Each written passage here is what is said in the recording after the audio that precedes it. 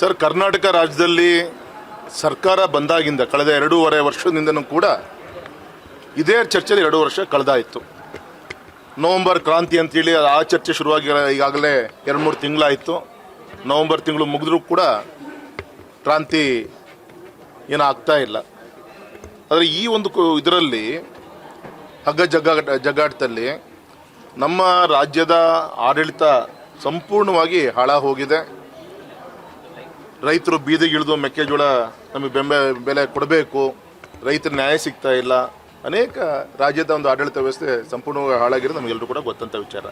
ಹಾಗಾಗಿ ಈ ಸಂದರ್ಭದಲ್ಲಿ ಇಷ್ಟು ಮಾತ್ರ ಹೇಳ್ತೀನಿ, ಯಾವ ಪುರುಷಾರ್ಥಕ್ಕೋಸ್ಕರ ತಾವು ನಾಳೆ 8ನೇ ತಾರೀಕಿಗೆ ಅಧಿವೇಶನ ಕರೆದಿದ್ದೀರಿ, ಆದರೆ ಅಷ್ಟರೊಳಗಾದರೂ ಕೂಡ ನಿಮ್ಮೆಲ್ಲ ಸಮಸ್ಯೆಗಳನ್ನು ಬಗೆಹರಿಸ್ಕೊಂಡು ಅಲ್ಲಿಂದಾದರೂ ಕೂಡ ಒಂದು ಸ್ವಚ್ಛವಾದಂಥ ಒಂದು ಆಡಳಿತ ಕೊಡುವಂಥ ದಿಕ್ಕಿನಲ್ಲಿ ಗಮನವನ್ನು ಕೊಡಬೇಕು ಅಂತ ನಾನು ಈ ಸಂದರ್ಭದಲ್ಲಿ ಒತ್ತಾಯನ ಮಾಡ್ತೀನಿ ಸರ್. ಯೋಗ ಒಂದು ನಿನ್ನೆ ಧರ್ಮದ ಧ್ವಜ ಭವ್ಯ ಶ್ರೀರಾಮ ಮಂದಿರ ಉತ್ತರ ಪ್ರದೇಶದಲ್ಲಿ ಅಯೋಧ್ಯೆಯಲ್ಲಿ ತನ್ನ ಸಂಪೂರ್ಣವಂಥ ಕೆಲಸವನ್ನು ಮುಗಿಸಿ ನಿನ್ನೆಯಿಂದ ಹಾರಾಟ ಶುರುವಾಗಿದೆ. ಹಾಗೆ ಇಷ್ಟೇ ಮಾತ್ರ ಹೇಳ್ತೀನಿ, ಯಾರ್ಯಾರು ಭಾರತದ ಹಿಂದುತ್ವದ ವಿಚಾರಗಳಲ್ಲಿ, ನಮ್ಮ ಭಾರತದ ಸಂಸ್ಕೃತಿ ವಿಚಾರದಲ್ಲಿ ಯಾರ್ಯಾರು ಅವತ್ತು ತಕರಾರು ಎತ್ತಿದ್ರು ಅವರೆಲ್ಲರೂ ಕೂಡ ಒಂದಲ್ಲ ಒಂದು ರೀತಿಯಲ್ಲಿ ಕಾಣೋ ರೀತಿಯಲ್ಲೇ ಇವತ್ತು ಒಂದು ತುದಿ ಮುಟ್ತಾ ಇರೋದು ನೀವೆಲ್ಲರೂ ಕೂಡ ನೋಡ್ತಾ ಇದ್ದೀರಿ. ಹಾಗೆ ಈ ಸಂದರ್ಭದಲ್ಲಿ ಧರ್ಮ ಸಂಸ್ಥಾಪನೆ ಇನ್ನೂ ಹೆಚ್ಚು ಅದಕ್ಕೆ ಶಕ್ತಿ ತುಂಬಬೇಕು. ಸ್ವಾತಂತ್ರ್ಯ ಬಂದರು 2047ನೇ ಇಸ್ವಿಗೆ 100 ವರ್ಷ ತುಂಬುತ್ತಿರುವಂಥ ಈ ಸಂದರ್ಭದಲ್ಲಿ ಭಾರತದ ಎಲ್ಲ ದಿಕ್ಕಿನಲ್ಲೂ ಕೂಡ ಎಲ್ಲ ಎತ್ತರಕ್ಕೆ ಬೆಳಿಬೇಕು ಅನ್ನೋದು ಪ್ರಧಾನಮಂತ್ರಿಗಳ ಒಂದು ಅಪೇಕ್ಷೆಯಂತೆ. ಅಂಥ ಒಬ್ಬ ಮಹಾಪುರುಷ ಅಂದರೂ ಕೂಡ ತಪ್ಪಾಗಲಾರದು. ಅವರು ನಾಳೆ ಉಡುಪಿಗೆ ಆಗಮಿಸ್ತಾ ಇದ್ದಾರೆ.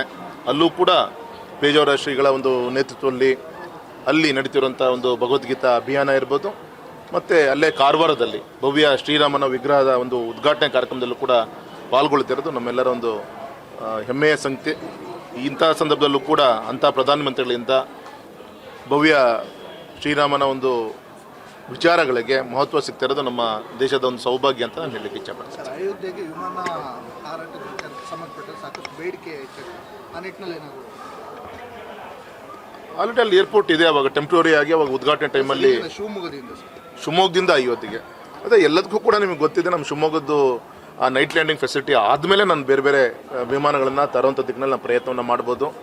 ಇವತ್ತು ಸೈಕ್ಲೋನಿಂದ ಮೋಡದ ವಾತಾವರಣ ಇದೆ, ನಮಗೆ ಕ್ಲಾರಿಟಿ ಇಲ್ಲ ವೆದರ್ದು. ಸೊ ಇಂಥ ಸಂದರ್ಭದಲ್ಲಿ ಸಾಕಷ್ಟು ತೊಂದರೆ ಆಗುತ್ತೆ. ಹಾಗಾಗಿ ನಮಗೆ ವಿಸಿಬಿಲಿಟಿ ಇಶ್ಯೂ ಸಾಲ್ವ್ ಆದಮೇಲೆ ನಾವು ಬೇರೆ ದಿಕ್ಕಿನಲ್ಲಿ ಯೋಚನೆ ಮಾಡ್ಬೋದು. ವಿಶ್ವಾಸ ಇದೆ ಆದಷ್ಟು ಬೇಗ ನಮ್ಮ ರಾಜ್ಯ ಸರ್ಕಾರ ಈಗ ಆಲ್ರೆಡಿ ಅನುದಾನ ಬಿಡುಗಡೆ ಮಾಡಿದೆ. ಕಾಮಗಾರಿ ಬೇಗ ಮುಗಿಸ್ಕೊಟ್ರೆ ಸೊ ಬರೋವಂಥ ದಿನದಲ್ಲಿ ಇವೆಲ್ಲದೂ ಕೂಡ ನಾವು ಯೋಚನೆ ಮಾಡಲಿಕ್ಕೆ ಅವಕಾಶಗಳಿದೆ ಸರ್.